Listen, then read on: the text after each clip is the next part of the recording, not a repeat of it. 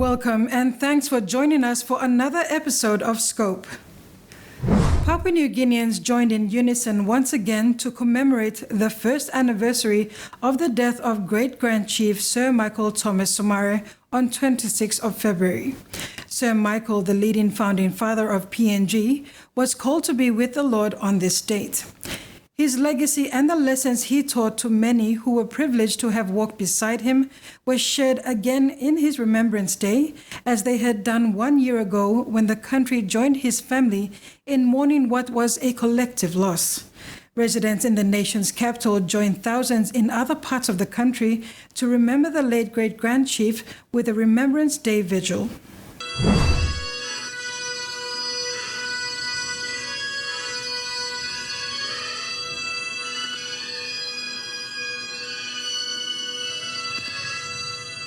In this very place where residents of the National Capital District bid the late Great-Grand Chief Sir Michael Thomas Somare goodbye, they converged again 1 year later to remember him and how his life's work and legacy as one of Papua New Guinea's founding fathers has made us a free and self-reliant people. The death of Sir Michael united a nation and brought it to its knees in mourning. The feeling of loss was genuinely felt across the country and abroad.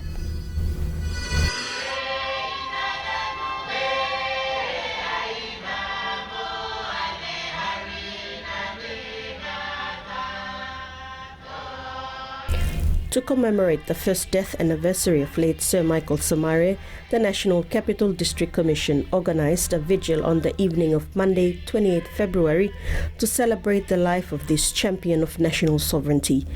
Governor for NCD, Powis Pakop, welcomed residents and guests to the vigil at the Sir Hubert Murray Stadium. He said every nation had great leaders who left behind even greater legacies. Sir Michael was PNG's icon. He lived 84 years, 56 of which was dedicated to the formation and nurturing of this country until his passing a year ago. Such was the caliber of the Sana, Great-Grand Chief Somare. He was a man of peace and unity. An exceptional man who took responsibility of putting his hands up to lead this unique, diverse nation. In his life, we sometimes took him for granted, but in his passing, we mourn the loss of this great man, without whom our lives and the journey might not be as we know it today.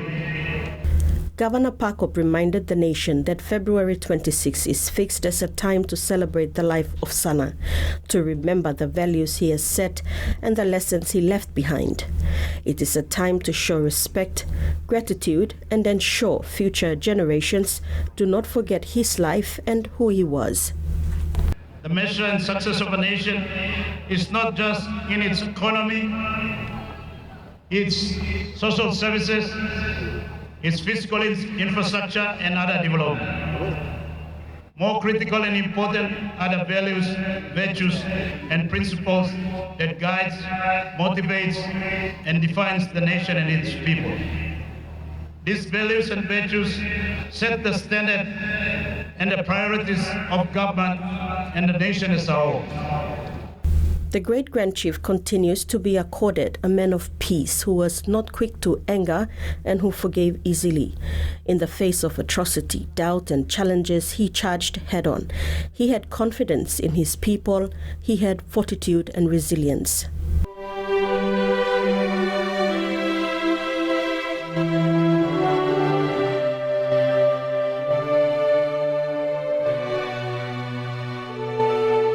As we symbolically farewell Sir Michael last night from Port Moresby, today officially touching down at Wewak, I would like now to represent the rest of the country. We hand over the body officially in person to the East Civic Provincial Government, the Honourable Alan Bed. Responsibility has now been passed to you. Thank you very much. Daughter of late Sir Michael Somare, Dalciana Somare Bresh, represented her mother and the Somare family in paying tribute to their father at the vigil. Mrs. Somare Bresh spoke fondly of her father.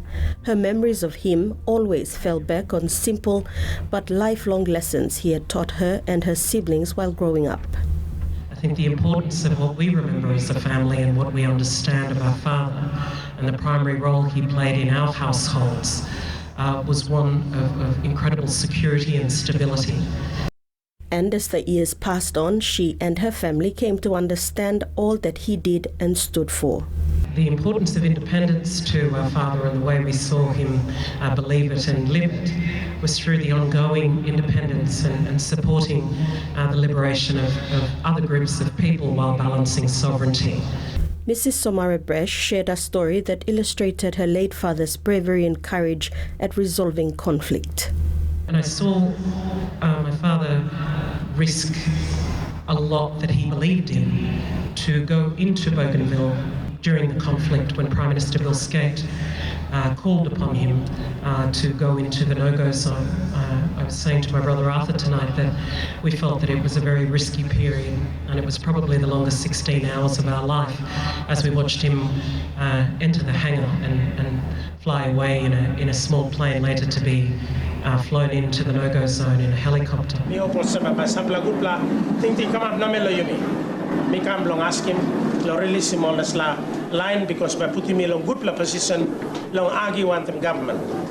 But he believed in the freedoms of people with such fearlessness, she said. I think the reason why he was so capable was because he listened. He had an incredible capacity to spend time with people and to become invisible in a room and to just listen.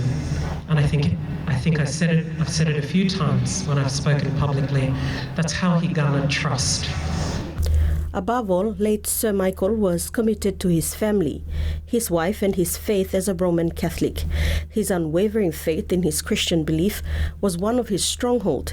It was celebrated by Archbishop of Port Moresby, Sir John Cardinal Ribat, who also attended the vigil.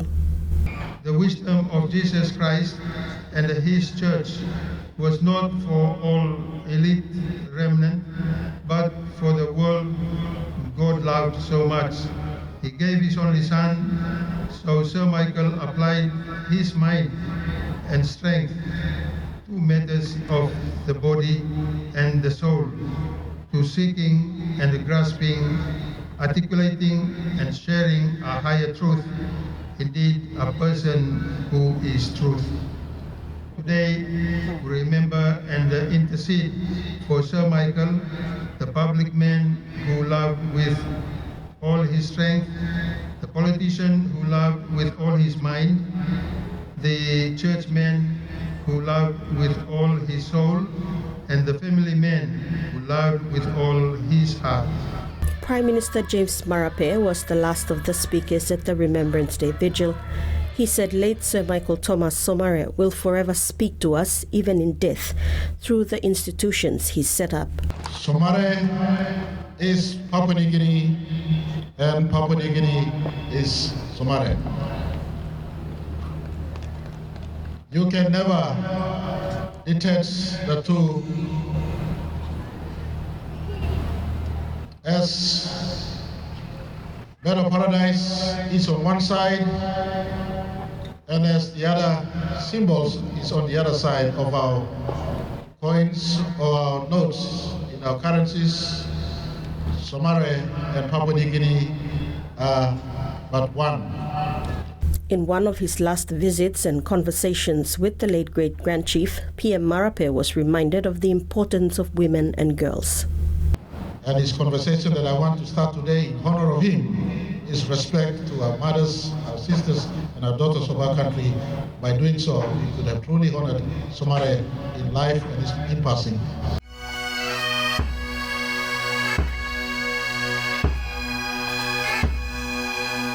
The Prime Minister said February 26 will forever be etched in our history. His entire life was a calling to unite our country, and there could not have been better evidence than his life celebrated at his passing. where the entire nation came, living politics, living religion. He stood in total grace, kindness, humility, tolerance of the other voices in and amidst our country.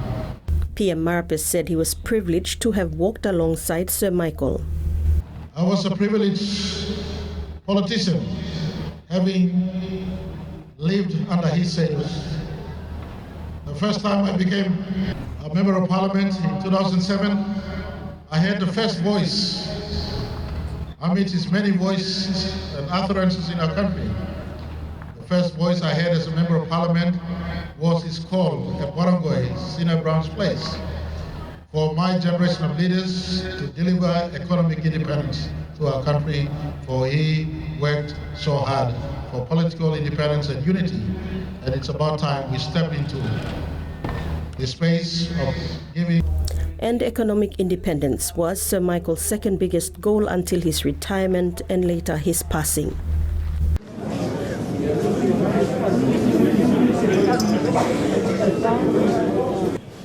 Late Sir Michael Thomas Somare, PNG's first Prime Minister, lies in his tomb on Krea Heights, Wewak, East Sepik Province.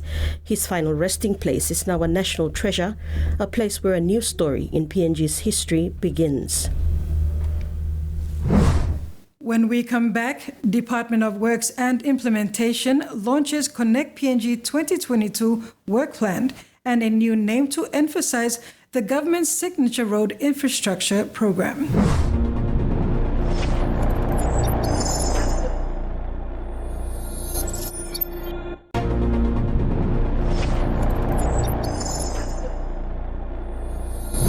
Welcome back. The Department of Works and Highways has launched its Connect PNG 2022 Work Plan and transfer of roads to districts. Connecting the Trans-Island Highway is the key target in the Connect PNG 2022 Work Plan. The government has approved 7.98 billion kina worth of projects for the Phase 1 program for the period 2020 to 2027. The launching took place at the APEC House on Thursday, the 10th of March in Port Moresby. Prime Minister James Marape was guest of honor. The Department of Works and Highways has set out to implement its Connect PNG 2022 Work Plan after launching it on March 10. Prime Minister James Marape, as guest of honor, launched the work plan at the APEC House in Port Moresby. Development partners joined staff and management of the renamed Department of Works and Highways in the ceremony. Minister for Works and Highway Michael Nally, in his opening remarks, had everyone standing to pay a minute of respect to Member for Goilala and Minister for Commerce and Industry, the late William Sam, whom he said had always been by his side in carrying out official duties in the space of infrastructure. I thank you.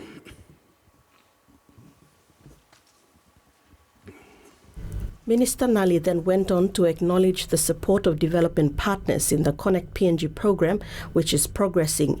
He said the Connect PNG program needs to be understood by all involved.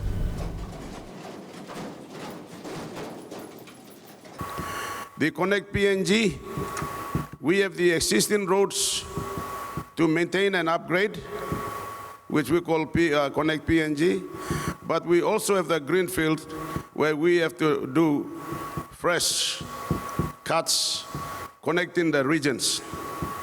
By doing so, the department, with the support of government, have decided that all district roads go back to the districts with funding. And the provincial roads also go to the provinces with funding. PNG Corporation Limited, a non-for-profit organization, has been established to implement the Connect PNG program. We also need technical expertise to come into this organization, the new company that has been approved by NEC and that has gone through Parliament for its recognition. Chairman of the Connect PNG program and Secretary for National Planning, Connie Samuel, says he is confident in opening up the economic corridor. With our socio-economic numbers on the low, the road links provide whole new opportunities. We are in the process of formulating the medium-term development plan for our country. and Connect PNG program will become a key priority investment that will be included in the medium-term development plan 4. The Connect PNG road network will be piggybacked by national electricity grid, national telecommunication infrastructure, and the development of the agriculture economic corridors. However, funding for this 20 billion kina 20-year program remains a challenge. Internally, the government must push back those programs and projects that are funded to the annual budgets with less economic value to the back burner and reallocate resources to Connect PNG program. Connect PNG 2020 to 2040 program is a 20-year economic road development plan at approximately 1 billion kina per year to rehabilitate and reconstruct deteriorated sections of existing highways and construct missing link roads. It is the flagship infrastructure program for the government. In his presentation, Secretary for the Department of Works and Highways, David Were, outlined that our socio-economic growth benefits have declined over time because of a lack of proper road access. For sectors like agriculture, productivity mostly remains at subsistence level. Secretary Were pointed out that Connect PNG intends to correct road maintenance issues. One vital point he made is the underinvestment and mismanagement in road maintenance programs over the years. Today we sit at a 45 billion mark as far as backlog bill of deferred maintenance is concerned. Using the famous formula developed by the World Bank, for every 1 kina of maintenance you defer, you incur 4 kina to 5 kina worth of maintenance in 2-3 years. So 30 billion kina for national roads, 14 billion for subnational roads, and 1 billion for gross replacement of over 100 bridges. Connect PNG will be implemented in 3 phases to progressively open up the country and open up opportunities to economic development and increase Papua New Guinea's potential to becoming a middle-income country. Under the Australian aid funding, we've just approved an additional 206 million worth of works that were awarded towards the end of 2021, and there are long-term maintenance contracts that are starting on various key highways around the country, covering a total distance of 665 kilometers. So Secretary Were said up to 2021, the government had 4.3 billion kina worth of investment for 323 contracts under construction to deliver 5,388 kilometers of roads in good condition by 2025. 45% of these ongoing works was taken on from the previous program of 2012 to 2018 and have been completed. The rest, almost 2.36 billion kina, progresses into 2022 to be delivered by 2025. I speak to all Papuans in the House, especially those of you who will be carrying, or those of us who will be carrying our country for the next 20 years going forward.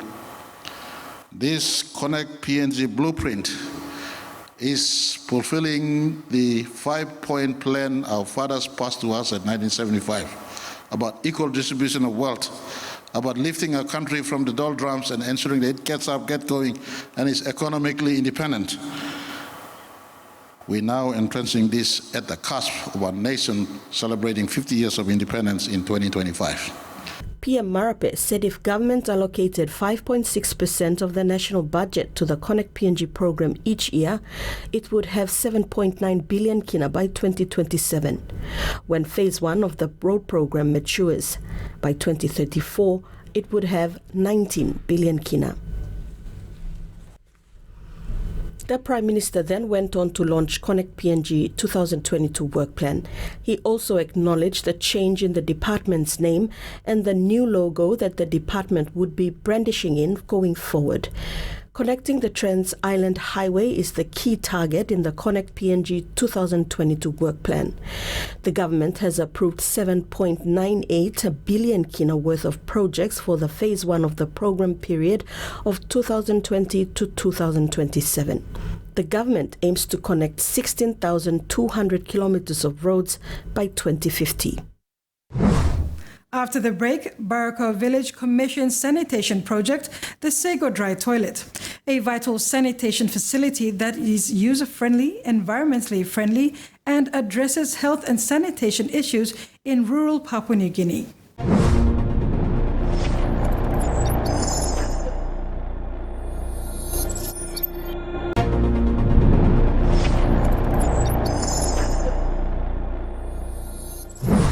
Welcome back. The Motuan village of Barako in the Central Province recently launched its sanitation project, the Sego Dry Toilet. The facilities, all 9 of them, are being trialled by the villagers.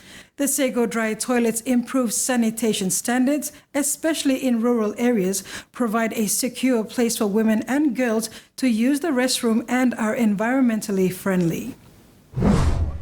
Steamships were in Barako Village, Central Province on March 7 for the commissioning of the Barako Sanitation Project. The project was in partnership with Sego Network. A ceremony was hosted at the Community Aid Post in the presence of Steamships board directors, Sego Network executives and Barako Village councillors. The project was funded from the Steamships Community Grants Program at a total of 195,890 kina to deliver 9 Sego dry toilets for Barako Village. Sego Network worked in close community consultation to identify sites, design and build these units. Each of the families where the toilets are located has received education and awareness training for ongoing use, care and maintenance. Support partners include Hiri Local Level Government, Legacy Group, NEBS Construction and Maintenance, KK Kingston and Badili Hardware. The toilets were designed by the Sego Network team in Sydney and Port Moresby in conjunction with the University of Technology and support from Consort Express Lines to ensure that the units were robust enough to withstand cyclonic winds and be cost-effective. The implemented project model required financial buy-in from the community, thus it was important to consider this as well as environmental factors. Steamships Managing Director Rupert Bray said education and health are 2 pillars of the Steamships Community Grants Program and are part of its larger sustainable development focus areas. The importance of proper sanitation cannot be overstated for education and health within communities. The basic hygiene is so important, particularly for the next generation of Papua New Guineans. If we can help people live longer, healthier lives, then I think us in the corporate community have done just a small part in helping people move forward. Mr. Bray encouraged the corporate community to look into such community projects and get involved. So in this case, one of the things that we're going to do now is identify the next product that we can help Sego develop, whether that's a wash product or whether that's some form of classrooms, modular classrooms. And we're going to be doing that in the Steamship Sego studio in conjunction with Unitech as soon as COVID allows us to develop the partnership further. Sanitation is more than just toilets. It is about behaviors, facilities and services that together provide a hygienic environment for communities and particularly children, allowing them to fight diseases and grow up healthy. Dorothy Pies, the Gender and Health Communication personnel at the National Department of Health, says the units are secure for women and girls. Most of the women and girls, they go through a lot of hardships in the community. Sometimes they face issues of being raped or, things that happen. So to cut down and minimize such issues, it's really good project to be funded by any donors or government. In the vicinity of the Community Health Centre, where a Sego dry toilet is established, 8 extended families comprising of 120 people, including a village community of 5,000 plus people who will access the aid post, will benefit from improved sanitation, which will reduce instances of sickness such as diarrhea and dysentery. Project manager Imelda Torrier said when the community is educated about good sanitation practices, it will have a positive flow-on effect at a village household level. Mindsets are not easy to change, and you cannot do this you cannot achieve this immediately and a lot of people at the same time. So we've been working with families. Today, 8 families are recipients of this toilet. So what we do, we work with families. And even if we can impact a family, and whatever we train them with in the area of wash, we are hopeful that they train those around them. The project is being piloted in Barakau, which serves as a representative village for many of PNG's coastal villages. Ms. Toria added that the completion of the sanitation program in Barakau represents one of the first community rollouts of the Sego Dry Toilet, finally bringing its broad benefit to fruition in PNG communities. What we see today is actually the third generation of the toilet. First and second were actually done here in Barakau village, just not so far from here, just down the beach. We would like to see improvement in health. I think the statistics shows that we've been declining in the area of safe sanitation, or actually in diseases related to sanitation. So we would welcome anyone who wants to partner with us. Yeah. The Sego Dry Toilet is a permanent and waterless toilet solution that serves an extended family of up to 15 people, or in a school setting, up to 25 school children per toilet. This means that communities throughout PNG can now deliver their own similar program to improve village health through better sanitation using the Sego Dry Toilet and their own self-built Lik house. Other benefits include being a permanent solution. It does not give off any smell nor attracts flies. It is easy to use, easy to transport, and environmentally friendly. There are 4 easy steps to follow to successfully use the facility. In each facility, the graphics outlining the steps are built into the Sego Dry Toilet to remind the user how to use the Sego Dry Toilet correctly. Asitawina, a local woman, was part of the surveying team who assisted the project implementers. She said villagers generally welcomed the project. Some of them were surprised, some of them were happy, some of them were confused to use the toilet, but we had to explain to them and train them how to use it. And they were most interested to get those toilets in their area too, but we said, well, Sego had to only accept 9 toilets. Sego Network is a non-for-profit community development organization that aims to improve village health through better access to drinking water and safe sanitation across Papua New Guinea. This is achieved by partnering with rural and coastal communities committed to strengthening health within their village and by making widely available the Sego Dry Toilet for purchase. Sego Network's team is a multidisciplinary design and development unit headed by architects Rosemary Korowali, Brendan Worsley and Lachlan Delaney, and extends to include community development professionals, health workers, engineers and builders. And that ends another edition of Scope this evening. A kind reminder to apply simple measures to prevent transmission of the coronavirus. Regularly wash your hands with soap and water. Cough or sneeze into your elbow, and exercise social distancing. If you are feeling sick, please stay at home. You can also call the COVID-19 hotline number for more information or assistance. Thank you for your company. Bye for now.